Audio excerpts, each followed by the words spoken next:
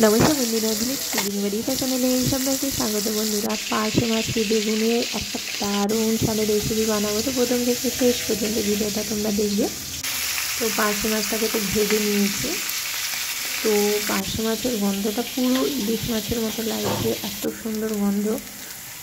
তো মাছটা তো ভাজা হয়ে গেছে। এরপরে তেলের মধ্যে যে তেলটা ছিল তার মধ্যে আরেকটু অল্প পরিমাণে তেল দিয়ে আলুগুলো তুলে দিয়েছে, আর আলু আর পেঁয়াজ তুলে দিয়েছি, বেশ ভাজা ভাজা হয়েছে। এরপরে কালো জিরে দিয়ে দিয়েছি, হাফ চামচের মতো কালো জিরে, আর দিয়েছি একটা টমেটো, আর দিয়েছি 4টে কাঁচা লঙ্কা।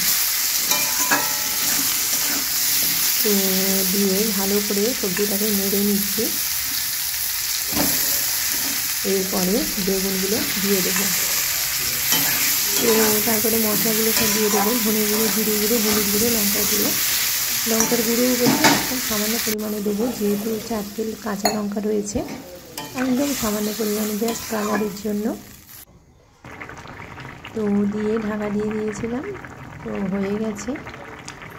এরপরে ভেজে রাখা মাছটা দিয়ে দেবো, আর নামানোর আগে একটু কাঁচা সর্ষের তেল দিয়ে নামিয়ে নেবো।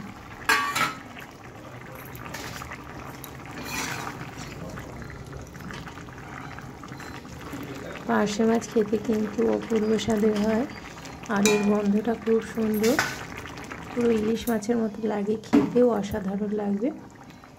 কাঁচা সর্ষের তেল দিয়ে নামিয়ে নিচ্ছি।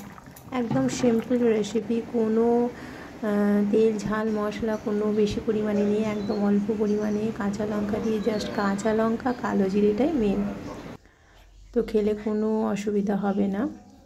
মুনিকে দেখো বন্ধুরা, মুনিকে দেখো এত বদমাইশি করছে, বিছানায় উঠে গেছে আর নামবে না।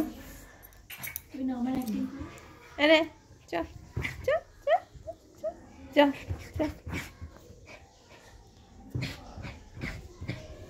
তারপরে লাফিয়ে নিচে নেমে পড়েছে। এবার আমাকেও নামতে হবে, প্রচণ্ড বিরক্ত করছে। আমি নামিনি বলে আবার মানে